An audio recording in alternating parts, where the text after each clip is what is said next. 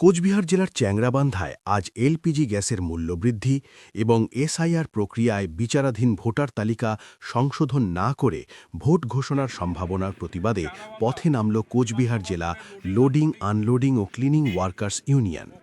বুধবার এই দাবিগুলিকে সামনে রেখে একটি বিক্ষোভ মিছিল ও প্রতিবাদ সভার আয়োজন করা হয়। সংগঠনের পক্ষ থেকে জানানো হয়, বিচারাধীন ভোটার তালিকা সংশোধন করে তবেই ভোট ঘোষণা করতে হবে। পাশাপাশি এলপিজি গ্যাসের মূল্য বৃদ্ধি অবিলম্বে বন্ধ করার দাবিও তোলা হয়। এই কর্মসূচিতে উপস্থিত ছিলেন মেখলিগঞ্জ ব্লক আইএনটিইউসির সভাপতি জাকির হোসেন, কংগ্রেস নেতা মোহন কানু এবং মাথাভাঙা ২ নম্বর ব্লক আইএনটিইউসির সভাপতি সুরেশ বর্মন সহ অন্যান্য নেতৃবৃন্দ।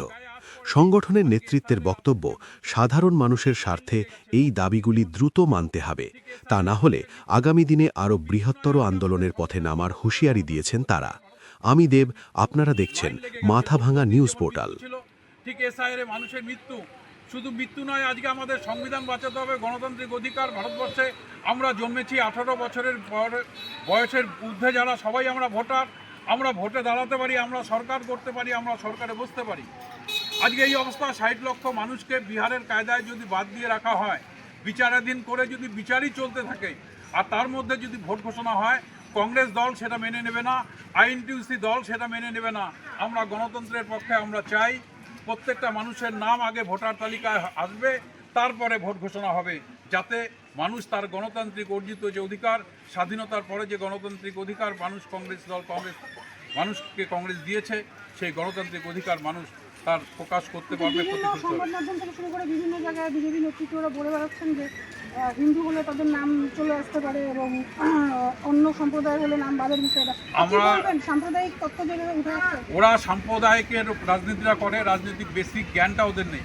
ওদের ফালাকাটার যে বিধায়ক, তার নাম বর্মন, সারনেম, তার নাম হয়েছে বমন। এবার যদি উনি নমিনেশন সাবমিট করতে যায়, তাহলে তার সাবমিট করতে গেলে ভোটার তালিকা যদি সংশোধন না হয়, শিডিউল কাস্ট সার্টিফিকেট জমা দেওয়ার সময় তিনি বিপদে পড়বে। জলপাইগুড়ি এক যুব নেতা ফেসবুকে বড় বড় পোস্ট, আমরা অর্ধেক খাবো, পেট খাবো, কিন্তু ভারত আমার স্বাধীন, ভারতবর্ষ আমার মহান, আমরা ভিক্ষা করে খেতে রাজি আছি, কিন্তু এই দেশ থেকে আগে মুসলিম তাড়াবো, হিন্দু রাষ্ট্র আমরা করব। আজকে সেই বাবুরও, জলপাইগুড়ির যুব নেতা, তার নামটা ডিলিট হয়ে গেছে। প্রচুর বিজেপির হিন্দু নেতার নাম ডিলিট হয়ে গেছে, মতুয়া সম্প্রদায়ের মানুষের নাম ডিলিট হয়েছে। শুধু মুসলমান নয়, একজনকে মারতে গেলে একটা যদি ঝড় আসে, এখানে হিন্দু, মুসলমান, শিখ, জৈন, খ্রিস্টান সবাই মরবো। এখানে যদি বাদ পড়ে সবাই আহত হব, সবারই মৃত্যু হবে। তাই কংগ্রেসের ভূমিকা, গণতান্ত্রিক অধিকার সবার জন্য এক, কে কোন দল করে, কে কোন ধর্ম বিশ্বাসী সেটা বড় কথা নয়। গণতান্ত্রিক অধিকার রক্ষা করতে গেলে আগে ভোটার তালিকা সংশোধন, পরে ভোট, এটাই জ্ঞানেশ কুমারকে করতে হবে এবং এর লড়াই আমরা লড়ছি। বিশ্বজিৎ সরকার, পশ্চিমবঙ্গ প্রদেশ কংগ্রেস সদস্য, কোচবিহার জেলা আইএনটিইউসি সভাপতি। কি বলবেন আজকের মিছিলে এসআইআর ছাড়া আর কি কি বিষয়গুলি উঠে এসেছে? আমাদের এসআইআর ছাড়াও বিষয়ের যেমন প্রতিনিয়ত মূল্যবৃদ্ধি হচ্ছে, তৎসঙ্গে রান্নার গ্যাসের দাম যেভাবে প্রতিনিয়ত বৃদ্ধি হচ্ছে, প্রতি সিলিন্ডার প্রতি 60 টাকা বৃদ্ধি হচ্ছে। এতে করে সাধারণ মানুষের ভীষণ ক্ষতিগ্রস্ত হচ্ছে, সাধারণ মানুষের পেটে লাথি মারা হচ্ছে। আর একদিকে হচ্ছে আমাদের, যেটা আমার প্রেসিডেন্ট বললেন বিশ্বজিৎ সরকার মহাশয়, যে এসআইআর একটা আমাদের আজকের আন্দোলনের মুখ্য ভূমিকা। সেটার যে রান্নার গ্যাসের দাম বৃদ্ধি পাচ্ছে, সাধারণ মানুষের অসুবিধা, এই ক্ষেত্রে কংগ্রেস আপনারা কি আন্দোলন সাজাচ্ছেন, কি পরিপ্রেক্ষিতে, মানে আন্দোলনটা কতদূর যাচ্ছে, কীভাবে? আমরা এই মূল্যবৃদ্ধির প্রতিবাদ সারা রাজ্যে করছে জাতীয় কংগ্রেস এবং আইএনটিইউসির পক্ষ থেকে। এই আন্দোলন জোরদার করা হবে, আগামী দিনও করা হবে, যাতে করে যেভাবে মূল্যবৃদ্ধি হচ্ছে সেটা যেন মূল্যবৃদ্ধি না হয়, তারই প্রতিবাদ আমরা করব। রান্নার গ্যাসের পাশাপাশি ডিজেল, পেট্রোলেরও মূল্য বৃদ্ধি পাবে এবং ভারত থেকে নাকি বাইরে বিভিন্ন দেশে সাপ্লাই দেওয়ার কথা জানা যাচ্ছে। কী বলবেন? আমরা শুনতে পাচ্ছি যে আমাদের দেশে আগে আমাদের দেশের কথা ভাবা হোক, আমাদের ভারতবর্ষের তেল পাওয়া যাবে কি যাবে না সেটা আগে ভাবা হোক, তারপরে অন্য দেশের কথা ভাবা হোক।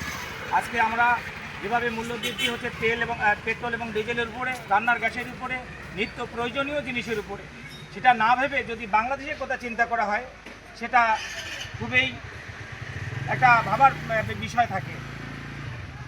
এটাতে আমরা পক্ষপাতিত্ব নই আর কি।